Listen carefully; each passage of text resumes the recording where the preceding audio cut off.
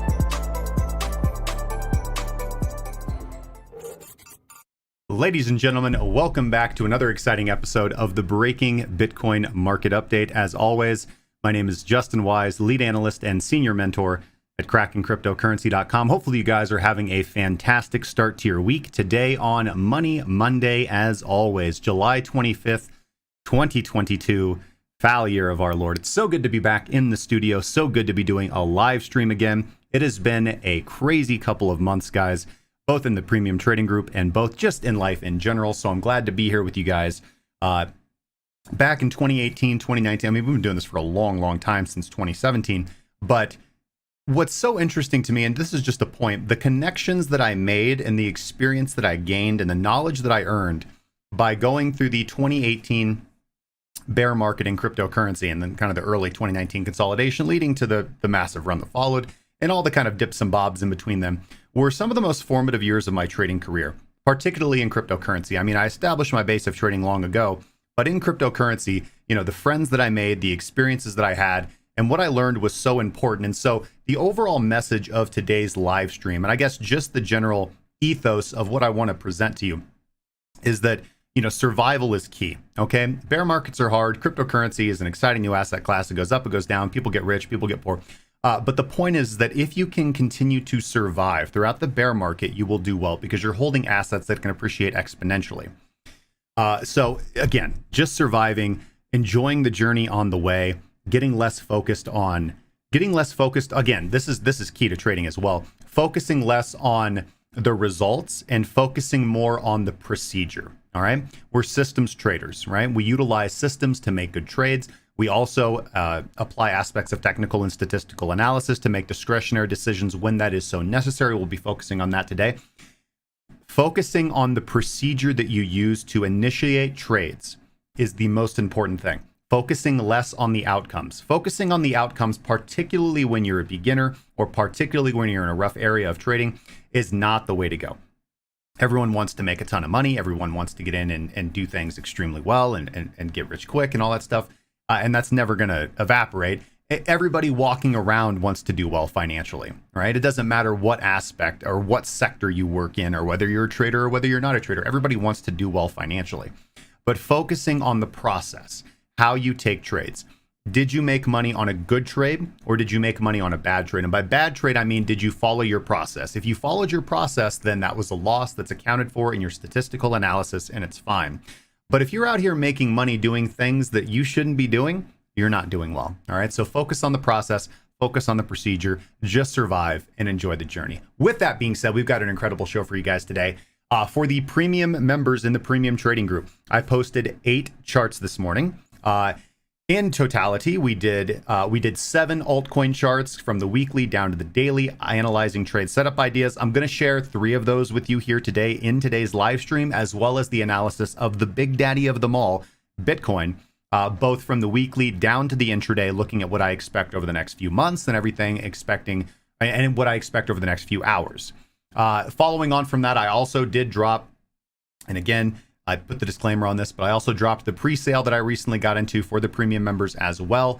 Yeah, so we're going to cover a little bit of that today, and things are going to be good. So if you guys have any questions or chart analysis, please put them in the chat. Don't forget to smash the like, subscribe if you haven't, and we are going to get this train rolling. And of course, links to everything you could possibly need are down in the description below. And if you have not joined our Discord, that's the first link you're going to come across.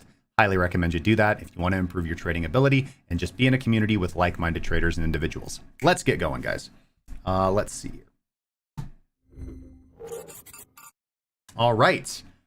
So actually, let's do the half chart. I really do like this chart layout setup. All right, and a quick shout out to the early members in the chat. Cryptonomics, I see the family in here. Cryptonomics, Bird, Crypto Rich, Crypto Bull 21 is probably so happy. We've got Pulse Chain and Poppy. That's cool. That's an interesting one. I am into the Pulse Chain, man. And of course, Cornholio. Good to see you guys. It is good to be back as well. All right, so good viewership on the live stream. Not bad. All right, let's get cracking.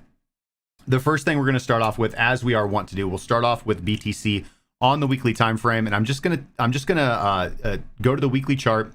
We'll take the EMAs off. We'll take VRVP off. And we're actually going to take volume off, and we're just going to do this step by step. All right. Now we are on. Excuse me. All right. So we are going to be using the Binance chart moving forward. We have previously been using the Bitstamp chart for its historicity, and when we need to examine certain historical confluences or situations, we will switch back to the Bitstamp chart. The Bitstamp chart is, in my opinion, the best chart to do your spot analysis on, especially your long-term analysis. BLX is also a good choice. That's the Brave New Coin Liquid Index. That's perfectly fine. It goes back probably the farthest. But I just, I'm a creature of habit. I like using the Bitstamp BTC USD chart. But when we're doing volume analysis, which is extremely important in understanding the way these assets move, it does behoove us to look at the most liquid market unless we are specifically targeting alpha in a less liquid market. So, for example, there are trading strategies that you can employ or that you can conceive of that take specific advantages of a specific asset on a specific exchange. Right. So instead of broadly like, OK, we're trading Bitcoin, we're doing our technical analysis and we've established like a trading pattern, like we see a head and shoulders or there's a hammer candle or something like that. And we can assume that this is broadly going to apply to Bitcoin on all exchanges. That's fine. But there's also strategies that are not that, for example, we're monitoring the price of Curve on specifically Uniswap V3.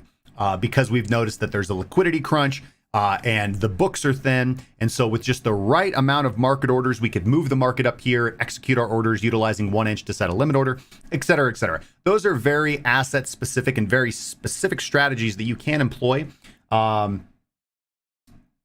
But getting back to the original point, we are going to be using Binance USDT because it is currently the most liquid, highest volume percentage. So about 10% of all Bitcoin trading volume goes through the Binance BTC USDT spot contract, spot marketplace. And that's what we're going to be utilizing for our volume analysis. People have been telling me to do this for a long time, and I kind of hung on to the Bitstamp. But anyways, so with that being said, so what do we see? Obviously, we are in a so the first thing I always start off with, guys, when I'm doing my weekly setup. So on Monday, I do a couple of things. First off, it's Money Monday, okay? Money Monday is my resolution to myself. I've been doing it for years now. Every single Monday, I sit down and I invest in something for the long term. I've compiled I compile slowly over the course of time what I'm interested in holding on to for the long term. And every Monday, I sit down, I put rubber to the road, and I make my dollar cost average entry into that asset, okay? This morning, I actually bought gold bullion. So gold and silver are something that I'm focusing on accumulating right now. It's not because Robert Kiyosaki tweeted about it. It's because they're just generally good assets to hold for the long time. Now, investing in gold and silver is fantastic. I highly recommend it to just about anybody that I could ever possibly meet. I've been investing in gold and silver for about 7 years now. And my preferred form of investing in gold and silver is in physical bullion or physical bars. I really like to buy silver, 1 ounce or 10 ounce, or sometimes, if I'm feeling really froggy, 100 ounce bars. Gold, I like to buy 1 ounce bars of gold as well. Typically, I don't do that on Mondays. That's a pretty large allocation. But again, I've just been slowly building up my supply of physical coin and bars and bullion for the last 7 years. And it's just something that I like to hold. I like the idea of self-custody, very much in the idea of holding my Bitcoin, the majority of my Bitcoin anyways, in cold storage, self-custodied. And that just gives me a sense of security, and also lets me know that if the Ruskies invade, not any derogatory to anybody out there, I won't be completely out. If we go to the barter system, I'll have gold bullion. I'll be good. So anyways, I do use, I use a couple of different vendors, but JM Bullion is who I purchased gold bullion from this morning. No affiliates, no shills, no promotions, just a good bullion dealer out there. I like their products. I like to get different bars. So,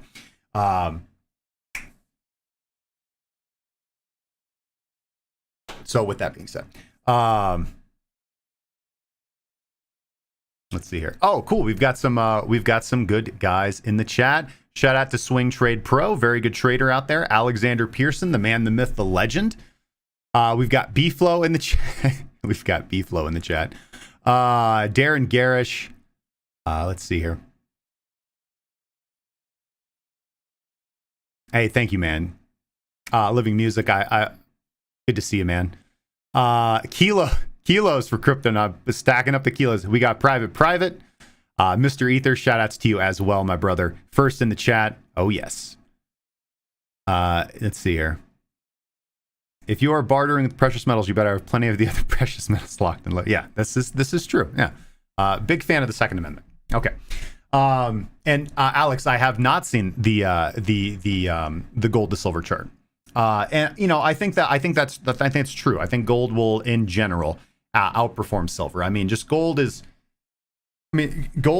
more valuable intrinsically. I think gold, barring us finding that magical golden asteroid or being able to actively mine it, like gold right now is just one of the best systems that we have. Shout out to you as well, Sam H. However, there are moments of punctuated equilibrium where silver will outperform gold.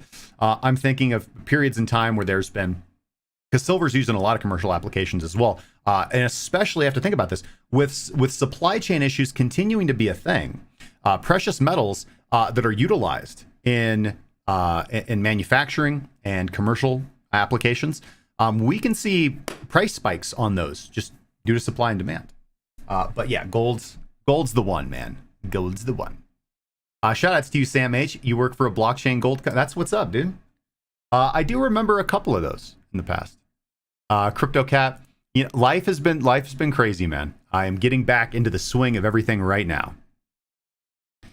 Okay. So let's get on with the analysis, guys. All right. So here on the weekly time frame, Bitcoin has been in a period of clear markdown, since the beginning of 2022. Again, just, I know we've covered all this in the last few months, but it's been a while since we've done a live stream. So let's just start from the beginning and work our way there. Good to see you, Jose Alves. So Bitcoin reached its peak here at the top, 69,000 on the dot on the Binance BTC USDT chart. And of course, we've now crumbled about a third of the way. We're now about 1/3 of what we were, sitting currently at current price of about $22,024. Oh, now 21, now 60. Okay. So Bitcoin volatility, guys. So we have experienced a drawdown from the peak to the low of about 74.65%. Okay. This is in line with other bear markets as well. If we go back, what does Binance show us? From the 2017 top of about 19.3, we had an 83.15%. And so now this is a situation where we do want to switch to the Bitstamp chart for its historicity. All right. And then, of course, we have the 2013 collapse, which gave us an 86%. And then, yeah, that's about it. So 86. So in the 80s, so 74. So again, 10% shy or north of that. We're actually trading now, about almost 15% higher than that now? 26%? 24% higher than that currently right now. So 24% off the lows that we're currently at right now. So if price was to actually put in a lower bottom and reach that 82 to 86 percentile, we are looking at about a 30 to 35% correction from where price currently is right now. Those things don't scare me. I want to talk about the things that I've been talking about for a while. So again, one of the best bottom indicators that Bitcoin's had in quite a while, well, for the past 7 years, since 2015, has been the 200 period weekly simple moving average. This has dictated the bottom of Bitcoin's price since 2015. Here we can see that here was the actual bottom, but we didn't have the 200 weekly moving average at that time. It just didn't know it, but it knew. So we have formed the bottom here back in 2015, the 200 weekly moving average. And I just want to note that we've never, until now, opened and closed a weekly candle below the 200 weekly moving average.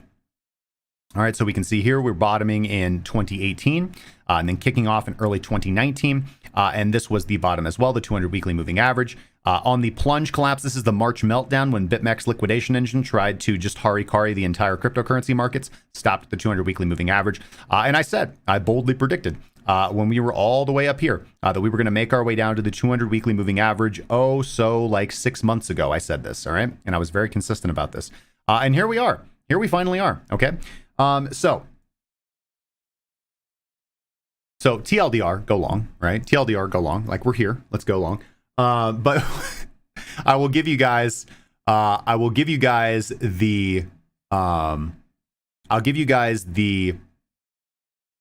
actual process from going from, hey, we're stopping at the 200 weekly moving average to now we're at the 200 weekly moving average. It can be just as simple as like, we're here, let's go. But I'll give you guys the steps that I've taken to get to this process. Okay. So we're now going to go to BTC USDT. We're going to go back to Binance where we'll finish up the rest of the analysis. And now we're going to bring volume back. All right. Now we're not only going to bring volume back, we're going to bring volume in real USD as well. So interesting to note. And if you guys don't know this, but volume on TradingView. So the built-in TradingView indicator that you will appear here at the bottom of your screen calculates volume in terms of the underlying asset traded. That is, the volume is quoted to you in units of the base currency. All right. So whenever you look at a ticker symbol, whenever you're in a marketplace, there's two sides of the market. There's what you're selling and what you're buying. Right. So in this market, we have Bitcoin / USDT. Bitcoin is the base currency or the base pair. USDT is the quote currency or the quote pair. And what that means is this is the price of Bitcoin, the base currency, quoted in this currency. So the price on the right-hand side of the chart is the price of Bitcoin in USDT. It's Bitcoin quoted in USDT. It's very possible as well to look at a BTC. Here we go. We can look at BTC CAD. All right. Here's the Bitcoin Canadian dollar. And as you can see, and I know I'm being cheeky here, but as you can see, the number on the right-hand side of the screen, the y-axis, has changed because we are now looking at Bitcoin quoted in a different currency. And while this is very basic and introductory, it's very important to understand this. So TradingView quotes volume in units of the base currency. So if we pull open the data window, for example, on this candle, on the previous weekly candle, we can see that volume is 1.336 million. Okay, that's not dollars. That's Bitcoin, 1.336 million Bitcoin. So you can kind of cheat it, and this is what I'll do on smaller assets as well. I'll just multiply by the closing price, that number by the closing price to get the real USD, or you can just add this indicator to your chart, which is volume USD. It's real volume and real SD. It does the exact same thing. It multiplies the base currency by the quote currency. And while this is not going to be completely correct, because it's not completely correct because it's not getting a live feed of trades. This is just doing a calculation based off OHLC data, open, high, low, close data, volume closing, or excuse me, the closing price of the bar or the current price of the bar. It's not taking into account the trades, right? It's not actually taking it into the trades. So it's close enough, though. It's very, very, very close enough. So something that's very important. So you can see this. This is here's a good example. So while it might look at sometimes while volume isn't, while it might look, just take a drink of water and reset there, okay? While it may appear sometimes as if volume is increasing, because you would look at this chart, and if you just look at this chart, it looks like, oh man, volume is spiking. This must be a bottom or something, right? It's not always the case. Because you have to understand that the dollar value moves the market, right? A lot of coins can trade hands. You know, I've got I've got all these coins that are completely valueless that I've created over time, right? Just for fun on Ethereum or on testnets and all this stuff, right? And you can move tons of the coins around, billions of the coins, but there's no monetary value or little monetary value. So for example, if we look at something like EOS, look at this. So EOS is interesting here. We can see what looks to be rising volume. But if we look at volume in terms of USD, we can see a clear decline in actually the dollar value. Now, this is going to be completely normal in a bearish market as well, because in general, we're dealing with an environment of capital leaving the system. We're dealing in a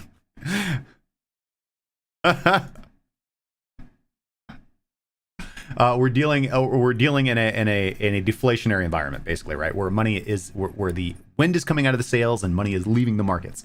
But it's very important to look at the actual nominal value of the coin's trading hands, the dollar value of the coin's trading hands. So what I really like about Bitcoin right now is that unlike most altcoins, we actually have a rise in nominal value. Now, I understand that Binance just recently introduced zero fee trading, and a lot of people are kind of indicating this as being an area of wash trading, that this volume is kind of fraudulent. This volume is nominally higher across derivatives particularly, and derivatives move the markets. Understand that derivatives now control the markets. So I quite like this. And so why do I bring this up? Because volume spikes are very important to help identify bottoming activity, all right?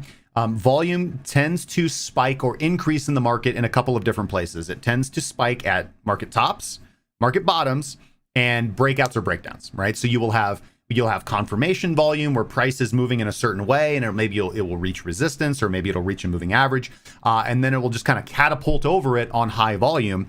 And that can typically be a good indication that this is a real trend with strength, because buyers just keep buying into it. So you want to see steadily increasing volume in a good uptrend. That is a good indication to see. However, you will also see at a point in an uptrend where volume will spike. Typically, this will be followed by a big candle, even better or more identifiable if there's a long price tail as well to the upside. And what that typically is buyer exhaustion, right? Like, some, like, I don't want to be crude here, but it's like, everybody just shot their load all at once and price couldn't move up any further because everybody who wants to bot has already bought, and they did it all at the same time. It's buying euphoria, and it's a buying climax, all right? And once everybody who wants to buy is bought, there's only one place for price to go, and that's down, all right? So similarly to the downside, there will come a point where you have a capitulation event and everybody wants to sell at the same time to just get out of the asset because they're tired of watching their money just bleed out.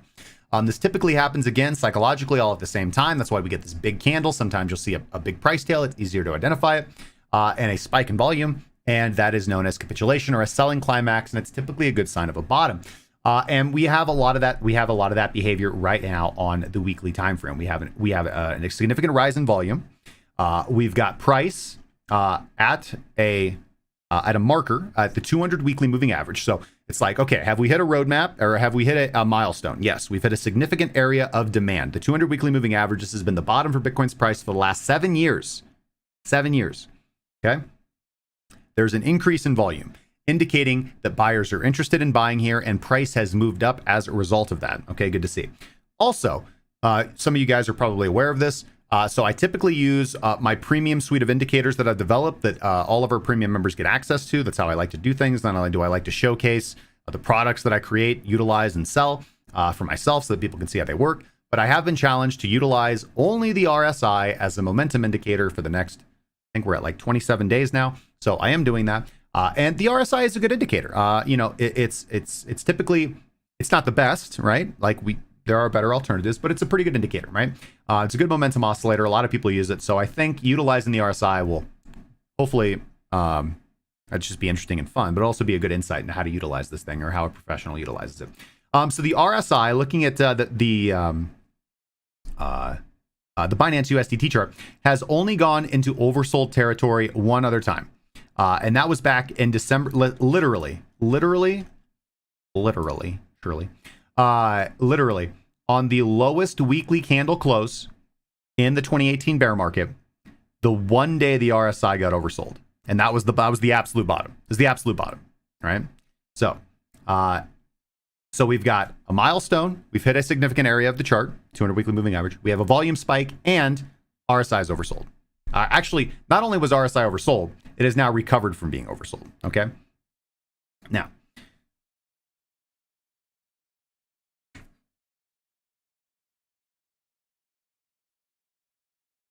I did. Yes, I've definitely created a bunch of shitcoins. Yes. Let's see here. Get it? You guys are terrible.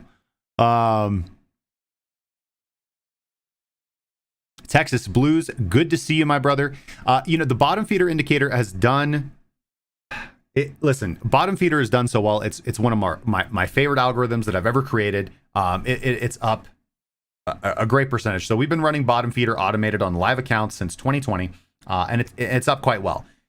It struggled in this bear market like we haven't seen it struggle in other bear markets, but it's still up a great amount. So Justin Coin. Repetitive strain injury from checking the charts every 5 seconds. Good to see you, Saintsy. Yes. Thank you, Alex, for correcting me.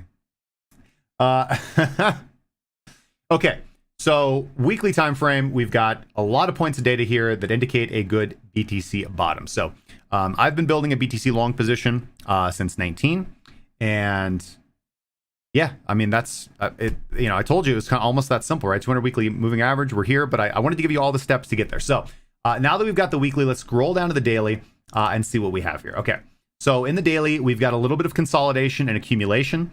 We've got a higher low, and now we finally kind of have a test and a deviation above the range high.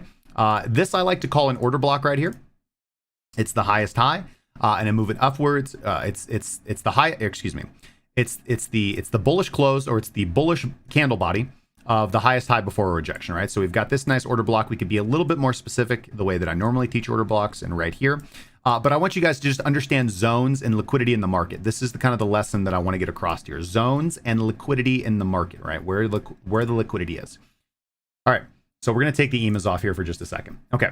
So we've got this order block that the price action has established. All right. We have price after consolidating underneath it and finding resistance at it, forming 2 subsequent higher lows. We break above it. We've got declining volume on this movement to the downside. I do like to see the declining volume on a pullback.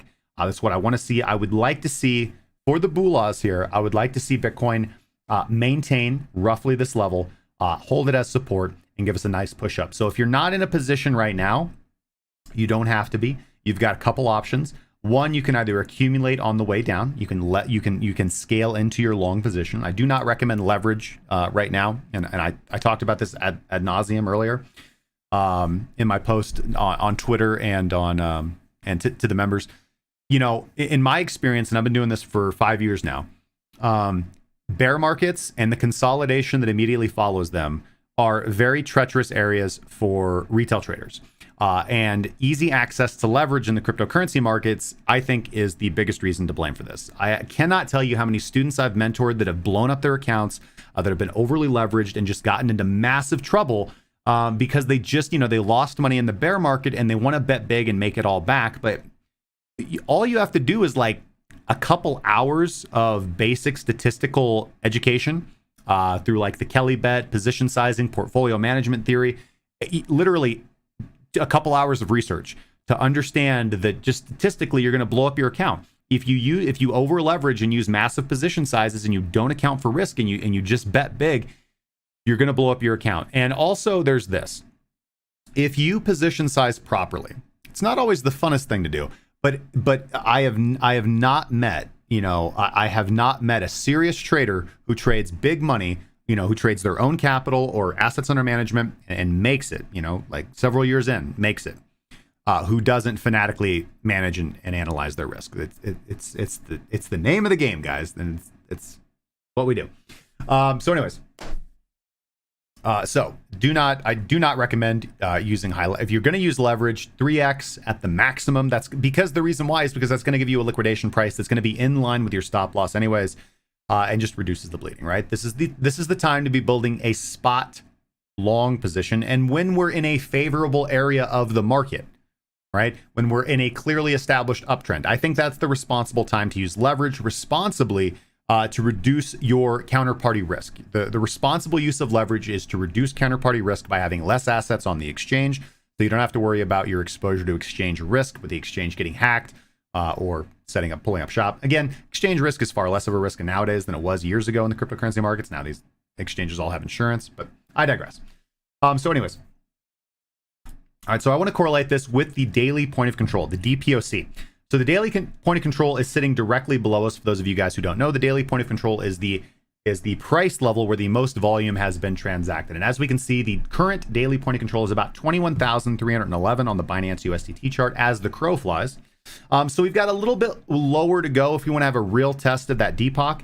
I would really love to see, and it does kind of seem like we came down, tested the vicinity of it, and are currently wicking back up from it. So I'm okay with like another down day or a couple small down days. Ideally, I would like to see some consolidation. So you could be a little bit more conservative here as well. Wait for that confirmation and then wait for price to begin going back up, whether with a bullish engulfing candle or just the first green candle you see to hop into a long position. You could also be really conservative and just simply wait for another breakout of this previous order block. So you can see here, price broke above, but we're not moving all the way up. It's not like we broke out and we're just off to the races. We broke out. We're having a little bit of a pullback. We want to establish this as support, and then you can take the next breakout of this area on volume to kind of take a momentum position. And that's what I'm doing too. So my primary trading strategy, my PTP strategy, the same strategy that I teach all of our students how to create in our online trading academy, it utilizes this kind of idea of momentum and volume to enter into position. So definitely a good resource if you guys want to check that out.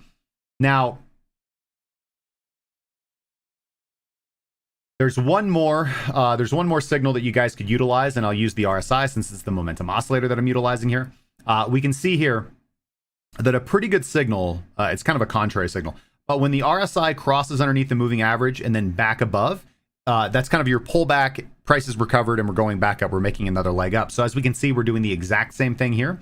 RSI has crossed under the moving average, and so waiting for it to recover or cross back up is also a good idea. Again, you can always take the more risky approach of buying on the red candle. That's totally fine. You're going to get the best entry price at that point, but you also typically incur the most risk because you run the risk of catching a falling knife. And of course, Bitcoin can, listen, I just want to be very clear about this. This could be the real bottom, like the serious macro bottom for BTC. There are signs that we could have further downside, but I think we're going to experience a rally before that happens. And if that's the case, we would expect, and we can anticipate a more pronounced and drawn out bowl-shaped accumulation area for Bitcoin, which means we can just trade in this range for quite a while. We can have sideways price action for months. Now, what's funny is that we always say that, when we're in these areas, and it almost never happens. Cryptocurrency moves very fast, and so we typically get very swift resolution. But I digress. So that's another potential trading signal you guys can utilize as well. So I want to go from the daily now down to the 4 hour. All right. And we'll just talk about what we see here. Again, so we have this nice period of markup following this bottom. So here's exactly what I'm talking about. Look at this we can see it in nominal USD value as well. Look at this spike in volume right here, long price tail to the downside, and that's your buy signal. Price has been moving down. We have a little bit of a pullback in the downtrend, and then we have that volume spike at the long price tail. I mean, clear-cut sign, good indication of a bottom, and price just goes off to the rally. Price just goes off on a nice rally after that. So we are in a meso, that's a medium time frame, markdown phase, following that meso markup phase. All right, we're not in a macro markup phase yet. We're in a macro accumulation phase. We're yet to break out into the macro markup phase. So we are in the macro accumulation meso markdown phase. We've had a little bit of markup. We're in a little bit of markdown right now. I do like all these price tails right here. There's indecision in the markets right now. We're seeing heavy buyer absorption from the upside, but at the same time, right now, price tried to move back up, and we had heavy seller absorption right now. So we're going to fight over this area for a little bit right now. We're going to fight over the 21,000 area. We're going to fight over the daily point of control, which is just a little bit below, as you guys can see it right here. Here's the DPOC. It also corresponds to the 4 hour point of control as well. So we're going to battle over this area right now. Buyers and sellers are going to battle for this a little bit. So again, strategies that you can implement in the marketplace. You can either look to set bids in this area right here. You can wait for the RSI to recover on the daily time frame, take your trade then, or basically wait for price to bottom and then buy on the way up. Or you can buy the breakout over the previous order block level of resistance. So multiple ways that you guys can enter this trade, multiple ways that you can take it.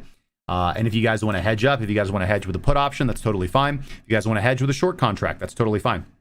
Just keep in mind, and one of the reasons I'm more bullish right now too is that, you know, I trade the options markets quite frequently, and now anyways, put options are still, the premium on puts are so expensive, man. And that indicates that a lot of people are more interested in downside protection than upside exposure, which again is another good bottom sign. When everybody's afraid to go long, you should probably go long.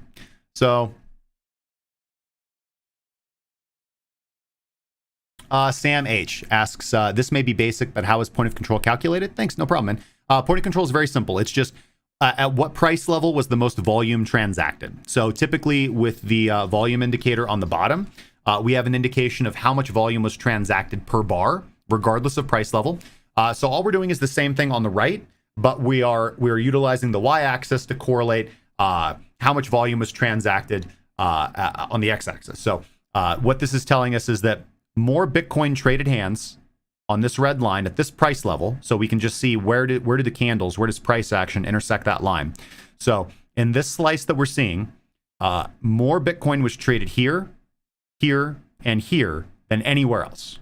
So this is the area where the most volume was transacted. The most buyers entered into long positions, or the most buyers bought Bitcoin, and the most sellers sold Bitcoin. All right, so in this case, this is why point of control can be utilized as a dynamic level of support and resistance, because if the majority of buyers bought Bitcoin at that red line, they don't want to see price go down below that red line. We want to see bulls defend that red line. So if we see that bulls do defend that red line, it lets us know that the buyers are in control of the marketplace, regardless of what short-term price fluctuations we're seeing, and we could expect higher prices in the future. If, however, we see that line get lost, if price drops below it, well, we know that there's now a lot of trapped buyers. Now, it doesn't mean they're going to liquidate their positions completely. Typically, larger positions like that are going to unwind. But that's why if, for example, we were to lose this line, if we were to crash back down below this line, and then price were to drift, let's say price does something like this, and then drifts back up, you'll see a big sell-off right around here, because all these trapped buyers who sat through this drawdown are going to use this opportunity of price moving back to their entry point to unwind their positions and get out at break even, rather than take a loss below. That's how pros do it. So, all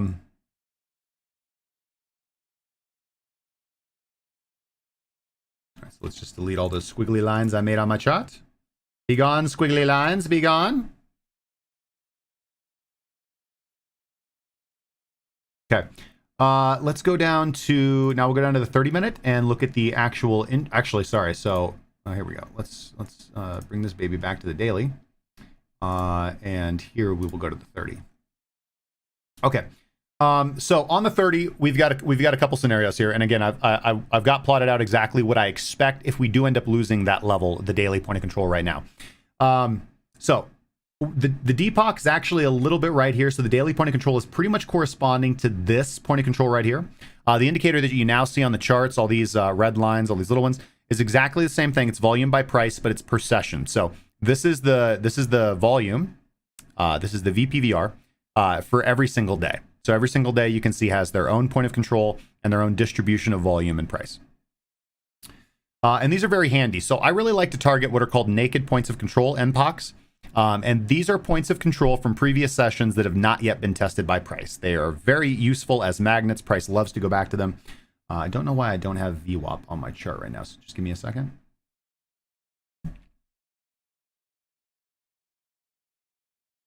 That's not what I want.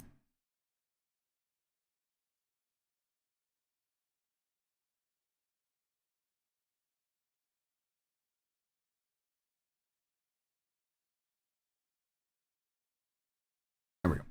Sorry about that. Okay.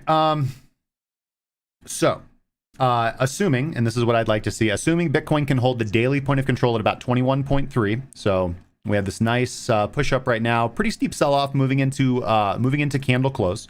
So it looks like we're going to get we're going to have a negative close on the daily as we drift closer and closer to the daily point of control.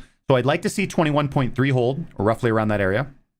And then upside targets for an entry on, let's say, a limit entry on there are going to be these naked points of control directly above us. Of course, if we zoom out to the weekly, I do have much higher price targets, 28, 35, 38. But for the intraday traders, for the day traders, this is what I'm watching right now. I'm watching these key levels, these naked points of control. Now, if we do end up losing the daily point of control, and this is just the order block, so this is less important. The order block is down here. If we do end up the DPOC is down here. If we lose the daily point of control, then again, where are the magnets for price? We've got naked points of control right here. So those levels are going to be about 20.6 and 19.8. All right, so that's where I expect price to go. Two ways to play this. You can either take a momentum short as soon as we lose this level. That's totally fine. I'd manage risk like right about here. That's pretty wide based on these two targets. So we'll visit there. I'm not going to be taking a momentum short from this area. So again, just utilize your position size calculator, manage your own risk appropriately. But you've got good downside targets here and here. I think the better play is to use these to scale into your higher time frame swing long position is what I'd be recommending.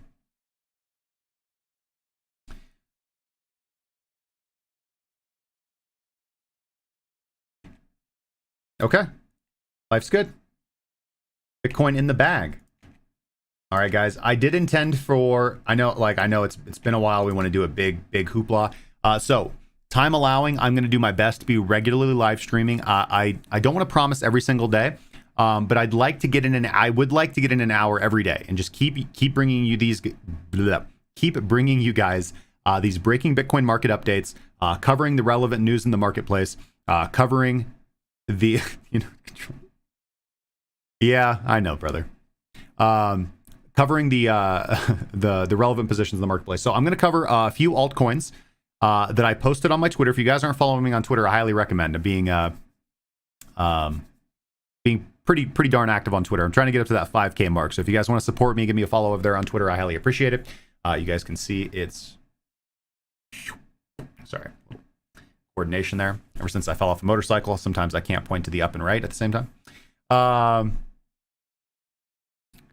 Jose Alves, a call to action for Alex to come back on the stream. What's up, man? He wants to see those daily altcoin charts. He wants to hear more about the Dixie. I would love for Alex to be a regular on the show again. And since Alex and I are working together in quite full capacity, it seems, I don't see why that's not impossible.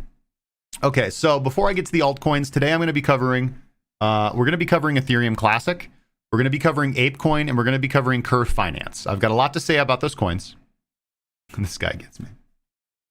So I'm going to pull over my show notes right here. And before I get into the altcoins, I'm just going to swing through the chat and answer any questions that I happen to miss.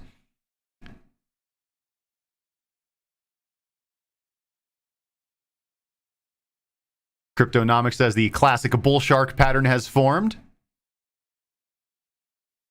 Cryptonomics, good website. I use them too, JM. Yes, sir. Sam H, I'll check out your company, Kinesis. That sounds cool, man.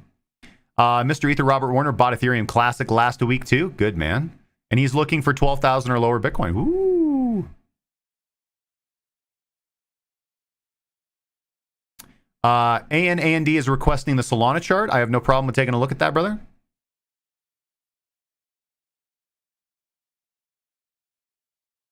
Moonshine Fuel asks, is there a cracking crypto coin? No, there's not. We didn't do NFTs either. I don't point my followers or I don't point my people in the direction of things that I don't understand and I don't think are going to be awesome. So that's not to say, I mean, listen, guys, I've dabbled in a lot of things. I know a little, I know a bit of Solidity. I've deployed some tokens to the test nets, and yeah, I've actually made some colored coins. But they took out that opcode, so colored coins aren't a thing anymore in Bitcoin. So, Delta Pope 1 asks, what is the Bitcoin rainbow chart? I don't know, brother.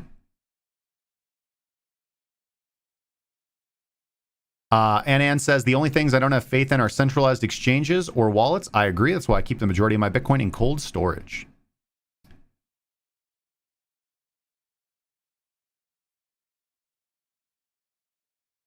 Ninja Fist TV, good question. When backtesting, does the Sharpe or Sortino ratio matter? And if so, should you be striving for a certain minimum threshold? I mean, the higher you can get your Sharpe ratio, the more you're going to be able to, in general, like scale your scale your trading strategy up with higher capital.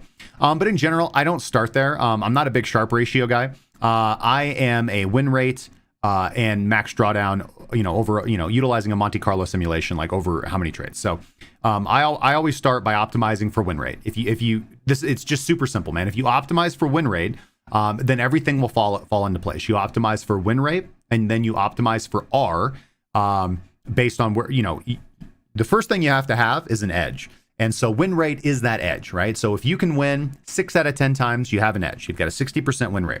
Great. That's a great starting place. I like to get traders up to about 65%. Personally, like bottom feeder, for example, is 70%. The super duper DEMA strategy, which is our second most popular automated trading strategy for our clients, operates at anywhere from 60 to 65%. Depends on the month. And that's a long and short strategy running straddled. So both long and short run simultaneously. Again, bottom feeder 70%, super duper DEMA about 60, 65%. My personal trading strategy oscillates anywhere between 63 to 75. It just depends on the month. And it depends on what I'm focusing on. So if I'm just, it's because I combine all my strategies into one, but if I'm just trading, my PTP strategy, it operates at 68%. And that's my daily time frame strategy utilizing my indicators. So if you focus on optimizing on win rate, that's what you want to focus on. Trade accuracy. How many times are you right versus how many times are you wrong? Then you can begin to adjust your take profit and stop loss levels, your trade execution part of it, to get your R better. You want to get your R as high as you possibly can. And then after that, you just focus on your position sizing. And you can utilize the Kelly Bet criterion to figure out your optimum position sizing. But again, I'll tell you, you can kind of short circuit all that. It's 1 to 2%. 1 to 2% risk is the correct amount, whatever your trading strategy is, period. Ever. Always going to be it. I've done so much statistical analysis. I've crunched so many numbers. I've ran so many algo bots. I've ran so many strategies. I've written so much code. So 1 to 2%. Doesn't matter what your strategy is. You risk 1 to 2% per trade, and you will be able to reap long-term benefits with a successful strategy over the long term and avoid massive drawdown in the short term.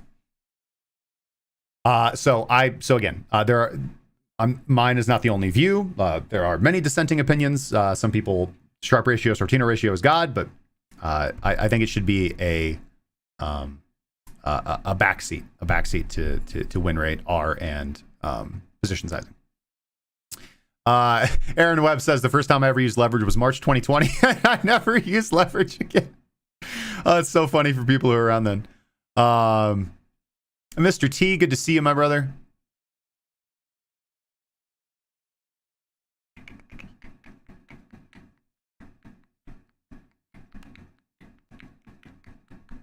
Okay.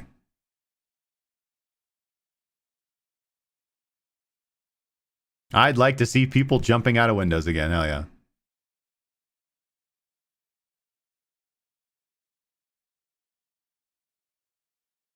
I also remember, Alex says, I recall Eller said he takes 3% plus risk trades. I also remember Eller saying that he wasn't actively trading right now at the current moment. Wow, dude. Alexander Pearson, you're about to get banned from the chat, man. Colored coins, my ass.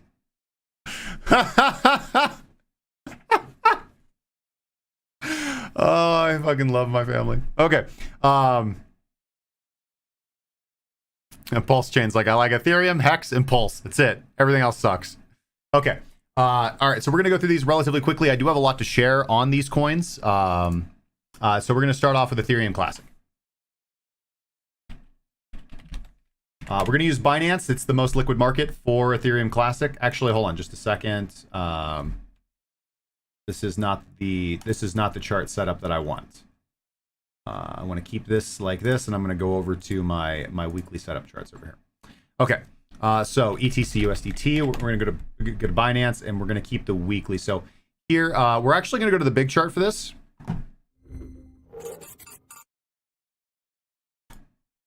Okay. So here we are on the big chart. And I will move myself so I am not so much in the way. How's that look? It looks decent. Okay. So just scroll over a little bit here so you guys can see everything. And okay, life's good. Okay, so Ethereum Classic is up 27.6% over the last 7 days, so on the weekly. And again, I like to start my. I said earlier in the stream, I said that there's two things I do every Monday. I was telling the truth, but partially.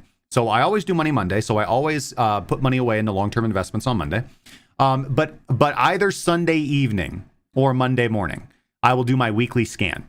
My weekly scan will usually start with CoinGecko. I like to sort 7-day performance by ascending order.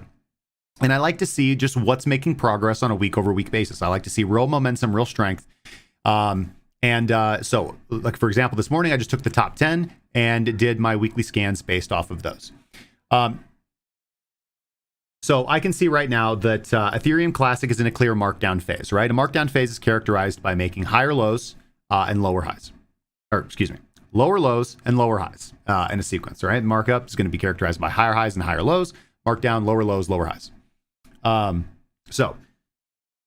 Ethereum Classic, we had a clear consolidation pattern in the past that lasted until about 2021. There were some little mini rallies in there, but overall an accumulation period until 2021, and then a massive rally that lasted until about May of 2021. And then we've been a markdown ever since. So Ethereum Classic really kicked off the bear market early, far earlier than the rest of the major market. Okay, so where are we now? So Ethereum Classic recently just bottomed in the $13 zone. What I've done is I've drawn trend lines, best fit trend lines, from these, connecting the series of lower highs and connecting the series of lower lows. We can see that Ethereum Classic is doing what is very great for traders. It's doing something repeatable and predictable. It's trading in a channel, right? It's trading in a downwards channel, but it's trading in a channel. And channels are great when you identify them because as traders, we want to have a high accuracy rate, and we can only, if we see a pattern that repeats itself over and over again, then that means we know exactly what to do when that pattern, when one of the triggers occurs, right? So if we at the top of the trend line, we're going to take a short. If we at the bottom of the trend line, we take a long. The trend is your friend until the trend bends, all right? So again, that's just the risk you take by being a trend following trader. Okay. Now, interestingly enough, I noticed that by taking fib extensions from each low to each high, looking at the 1.236 extension on that, we got almost perfectly to the dollar the lows. So I've done the exact same thing here. I've marked off that we have this order block. Remember the order block concept that I talked about right back with Bitcoin. So we've got this order block concept. It corresponds to a high volume node, and it also corresponds to a little bit of a deviation above the current trend line, which would be perfectly fine and acceptable. And that's currently sitting at about $36. So Ethereum Classic is again up double digits off of the bottoms. So if we get to the $36 area, again, I'll be establishing. I already have my limit order set for this. So this is the trade setup for Ethereum Classic USDT on the weekly time frame. I'll keep you guys updated. And again, just doing that same fib extension and targeting a slight deviation from the channel down here at about $9. So again, unfortunately for Ethereum Classic, if I'm right, although we can go up to 36. I am looking from 36, potentially a 75% continued drawdown for Ethereum Classic. And fundamentally, I don't necessarily see a strong demand for Ethereum Classic. I will put it this way. There's one situation in which I could see Ethereum Classic doing well for the long term. So for those of you guys who don't know, Ethereum Classic is the original code is law chain split. Ethereum Classic is the original Ethereum. Ethereum is Ethereum after a hard fork. Where the DAO funds were returned on the Ethereum, but back in this alternative timeline, the DAO funds were never taken. So Ethereum Classic has basically been it's been the hacker's paradise.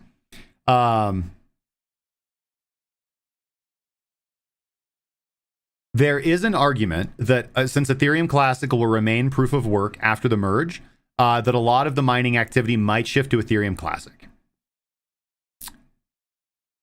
I'm not sure how strong of a narrative that is. I mean, that's definitely a point, and I like it.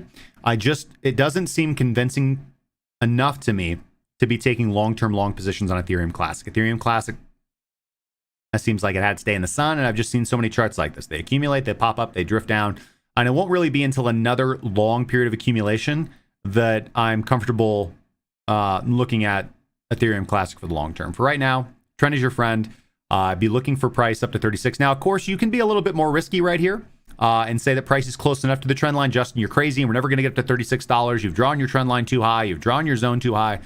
And that's certainly possible. you will have to adjust and associate your own risk based off that. I've obviously plotted my stop loss and my take profit based off of my desired entry point right there. And again, sometimes that's the best you can do when you're doing technical analysis and you're taking kind of big long-term positions like this, and you've established your zones, and you're not utilizing like, intraday volatility to influence where and how you're entering or exiting like you would do with day trading or shorter term trading. You just got to set your orders and forget them. And, and if you get filled, great, and you don't have to tie up your capital. Just go to TradingView, chart out your zones, set your alert. And if price gets to that level, then decide to take action, right? One of the hardest things to do, I'll tell you this, is, if price reaches that level, that means it's going up.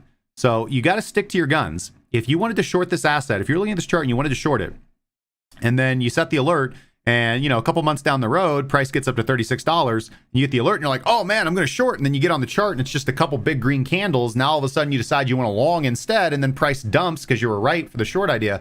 I can't tell you how many times I've seen that happen to people or how many times it's happened to me in the past, but you stick to your guns when you're doing your analysis, set it and forget it, move on with your life. So let's go down to the daily here real quick. So again, here on the daily, we can see some distributive activity right here. We've got two long price tails to the upside. We have a surge in volume right here, both coins traded and nominal volume right here. And again, this kind of looks like a little bit of a buying climax. We've got a long markup phase. Price again is up 82%. So, yeah, looks like a top to me, guys. So you could certainly short this area if you want. It's totally fine. I'm gonna be waiting for my entry price right here. But yeah, there's definitely an argument to be made for an entry right now here on Ethereum Classic as well. So I'll leave that one with you guys. Any thoughts or comments, make sure to drop them in the chat. I'm gonna move on to the second chart here. And the second chart is going to be ApeCoin. ApeCoin's been hot lately. Obviously, Ape launched. It was, it was airdropped to holders of the Bored Ape Yacht Club and Mutant Ape Yacht Club NFT, as well as some other things. But again, just kind of a token launch, and Ape in, right? That's kind of the point. Not a lot of historical data here for ApeCoin ever since its launch on Binance right here. It's only been around, a little bit. I know there's a little bit more historical data, but we're just going to go off of this. So ApeCoin's up 26.8% over the last 7 days. ApeCoin is not in a clear markup or markdown phase to me. So I'm going to have to pattern this as a consolidation or accumulation. And in all honesty, it could be distribution as well. But if we look at the daily point of control, we can see that the weekly point of control, or the overall point of control, is literally right where we're at. We're sitting on top of the point of control right now. Price is at the point of control, meaning the majority of volume transacted here, and here. All right, so we saw buyer absorption right here. We saw that buyer absorption breakdown. We have a deviation, maybe a seller capitulation, and now price back up to that range. I would like to see, so this is a chart I'm not taking immediate action on. I would like to see this point of control hold. I want to see this point of control hold, establish itself as support, and then I'll be taking breakout trades to the upside above that, assuming the rest of the market is confirming as well. I'd also like to see a continued rise in nominal value right here. And not just coins traded right here. So interesting, we can see the big spike in coins traded right here. But again, the nominal value of those coins traded versus coins sold, not super significant. So we haven't seen the kind of large scale buyer absorption, the big buying of the coins that I would like to see, like we see in Bitcoin, for example, to make me more confident of a price bottom right here.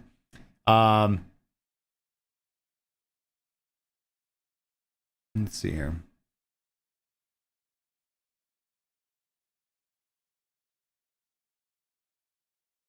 Now let's go to the daily time frame, just for a little bit more clarity. And interesting here, we can see we weren't a clear markdown phase, but that's now changed. Again, not in a clear markup phase. We could be looking at the daily chart, looking at an accumulation phase right here. And again, with an accumulation phase, we could spend more time below. So looking at significant support, we can see that we've got a big volume spike, big volume by price, about $4.58. I would certainly hate to lose that. That also looks like an attractive limit entry target, pretty much anywhere from like $5 down to about $4.50. Looks like attractive limit entries right here for individuals. And then again, you can kind of manage risk utilizing this current market low. We've got some pretty nice clear upside targets here with these volume spikes right here. Now, again, so if we establish some firm support here around $6, we'd be looking for momentum or breakout trades to the long side. But if we do drop below that point of control with volume, it's probably a failure of this asset that's just going to continue its markdown phase, and we could consider short selling it. But I'm likely going to leave this one alone until I see us break support down there at 350 before I'm interested in like shorting something into the ground. Because again, this is also a potential accumulation phase, and we're just going to continue to move sideways before an eventual market phase. So unless we break out here, kind of staying away from it. But you're not late unless you forget your party hat. Heck yeah, brother. Alex81SG, good to see you, my brother. We are about done. We're about to wrap it up. We're going to do one more coin, and that's going to be Curve. And then we're going to do our closing thoughts and head for the door. Until next time. So looking at Curve USDT, we are going to go to the weekly chart here. Curve USDT is quite an interesting chart. So Curve, although you could argue that this is a long period of markup, overall, this looks like a long period of accumulation. What could be distribution, of course, if we do break down, but I do think it's accumulation. So Curve is the governance and utility token of the Curve Finance DAO. And one reason for this price action is that Curve is an inflationary rewards token. So if you provide liquidity to the Curve Finance DApp, then you receive the Curve token as a reward. But the rewards are pretty good, so most individuals, or at least large-scale traders, end up locking up their Curve token to receive V-Curve, and then you've got the whole convex Curve wars. It's just a massive thing. If you guys don't follow Curve Market Cap on YouTube, I highly recommend it. It's just a good daily dose of what's going on in decentralized finance. Oh, yeah, I am going to do Solana real quick. You're right, Aaron Webb. Thank you for reminding me.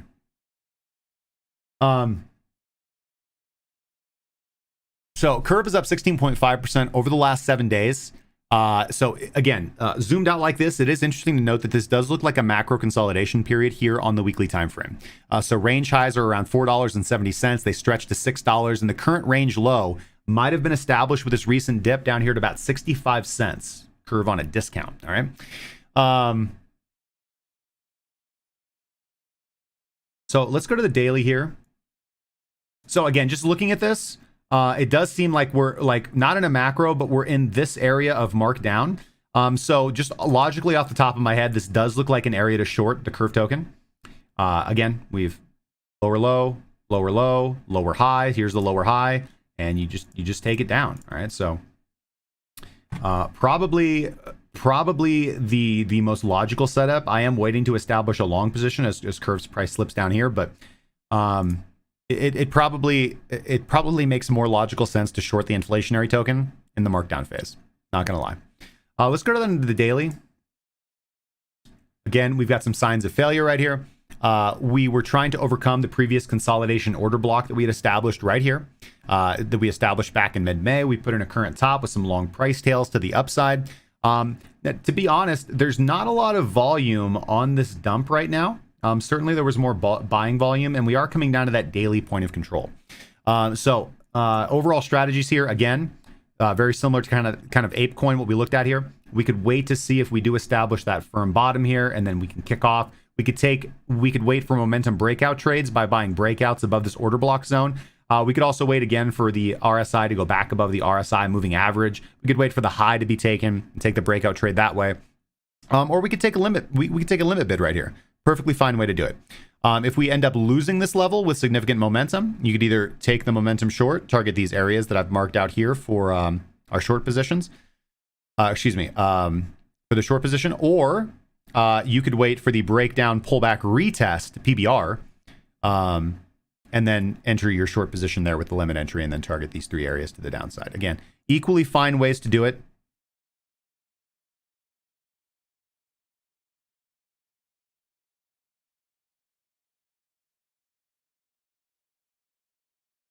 All right, and now we'll finish up with a quick look at Solana by request. We will start off, as we are wont to do, on the weekly time frame.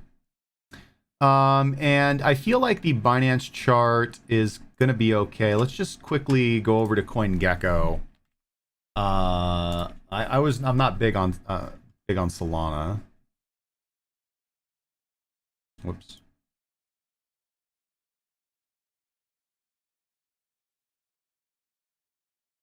Yeah, this is fine because there's pretty much just accumulation and meandering price action prior to August and prior to the kickoff. Okay, 1 second.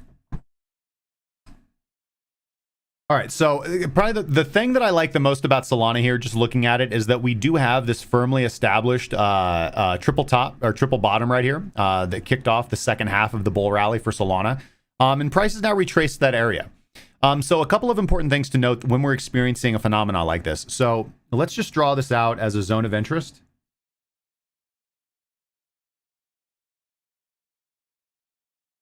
Okay. So for the Boolahs here, we don't want to lose this level, all right? The reason why is the exact same reason I pointed out earlier when I was explaining the point of control. We know that a lot of buyers establish themselves right here. And if the buyers lose this level, then they're going to be in drawdown. They're going to be lower than their buying level. And so they are going to take any opportunity to sell if price revisits that area, which makes it very hard for price to break out and push back up to the upside. I can see here that Solana has established basically an all-time high of about $259.90, and we currently established the recent low at $30.56. Excuse me, $25.86. It's even worse than we thought. So we are looking at a drawdown of about 88%, 90% of the value. How do you feel now, Solana presale investors and venture capitalists? Are you happy with what you've created? Sorry.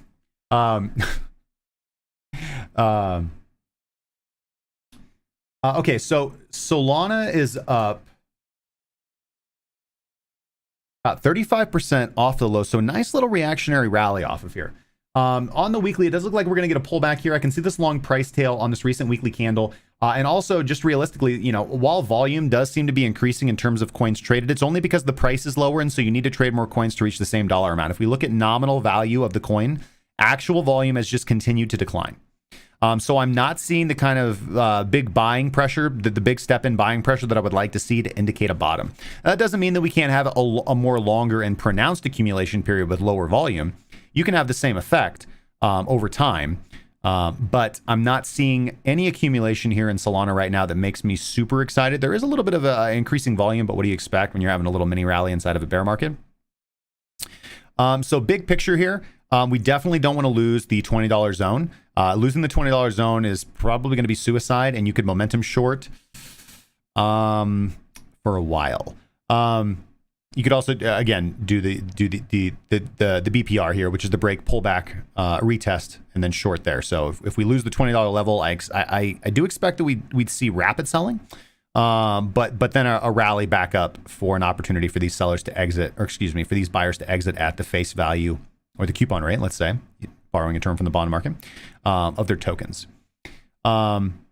Now, on the other hand, we can see a pullback here. I think we're going to experience a pullback in Solana, and then this level of support hold, and then maybe another kickoff, maybe another mini rally. We do have. Where's our next point of control? I mean, the next high volume node area and order block is going to be all the way up here at $78.51.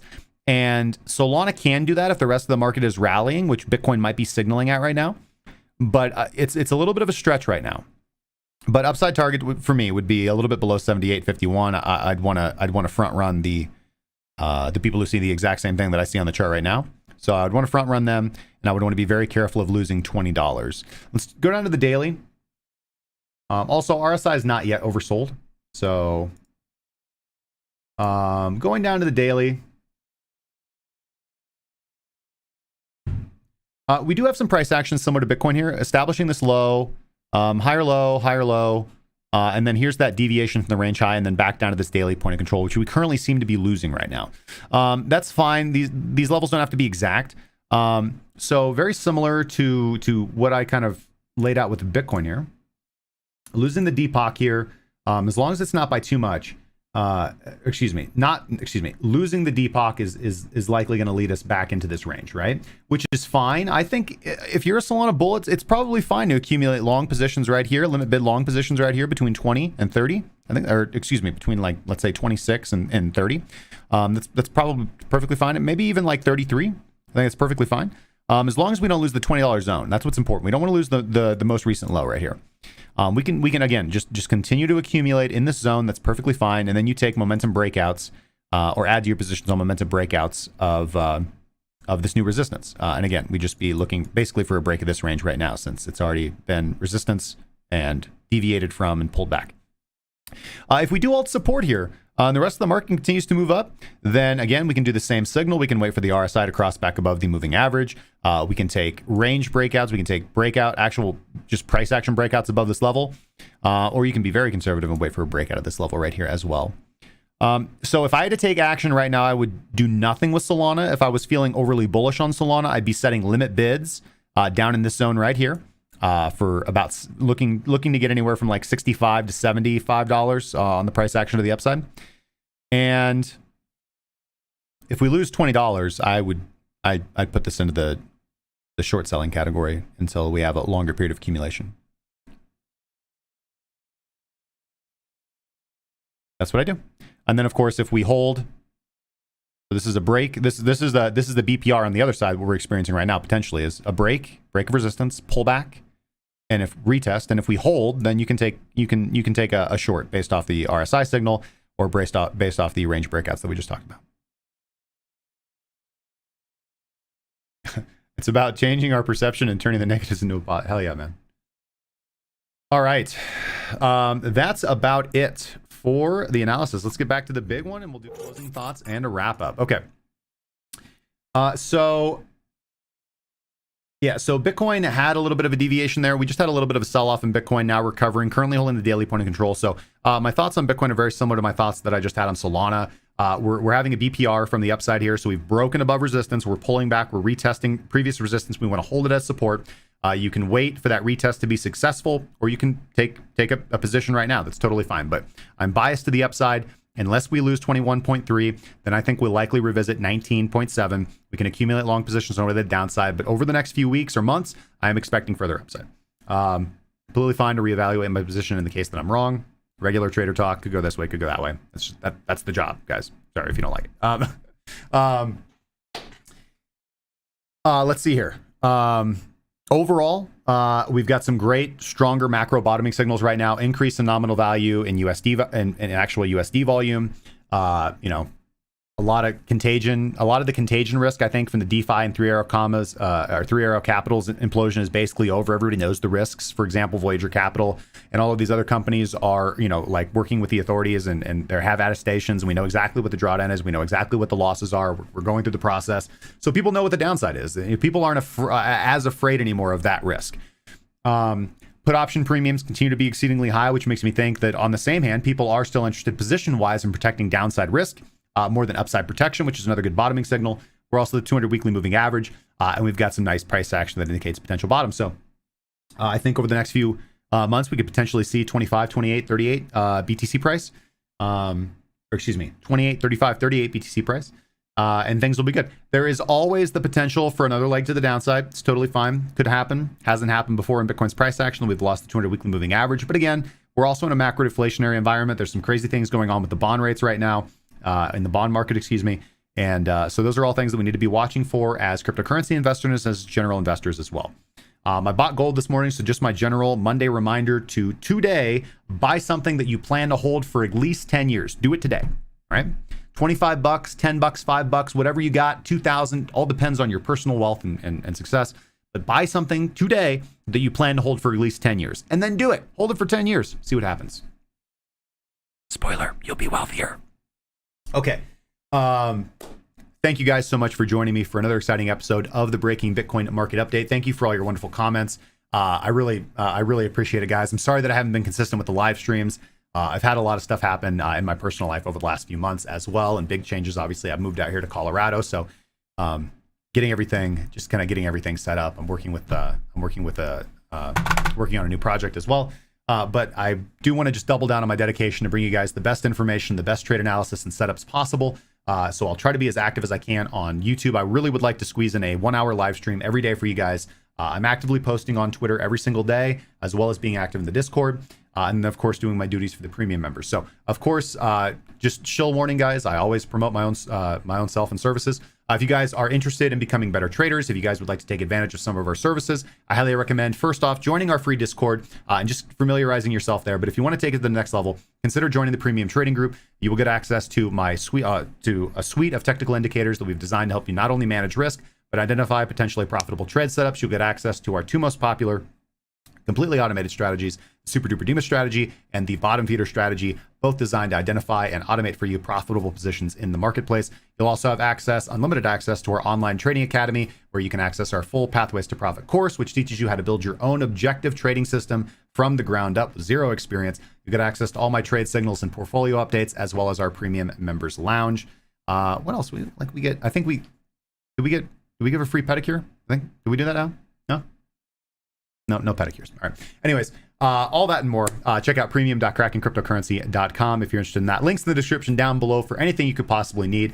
Sign up to Bybit and get your $50 for free if you guys aren't trading on exchange already. And follow us on Twitter for timely market updates and shit posting. I will be back. I will be back tomorrow. I cannot guarantee the time. I think I really like this time of the afternoon because that way I can do all my work, all my analysis in the morning, everything for the trading group. As well as my own portfolio management and trading. And then I can come in, with a full day behind me, and I'm not just you're not getting me fresh in the morning. Not that you want me unfresh. You guys are getting me after I've got a lot to talk about, right? Sometimes I come on in the morning and I'm doing my analysis and I'm still trying to figure out my own thoughts, and it's not so clear. So I thought you were different. Hey, no. Marijuana farm in Colorado. Don't tell anybody. Okay. Shout outs to all the members, not only here in the premium trading group, but also the YouTube members. Thank you guys for all your support. Smash the like button if you guys have not already, and subscribe if you guys want daily updates. I will be back tomorrow. Thank you guys. Trade safely and have a wonderful day. Cheers.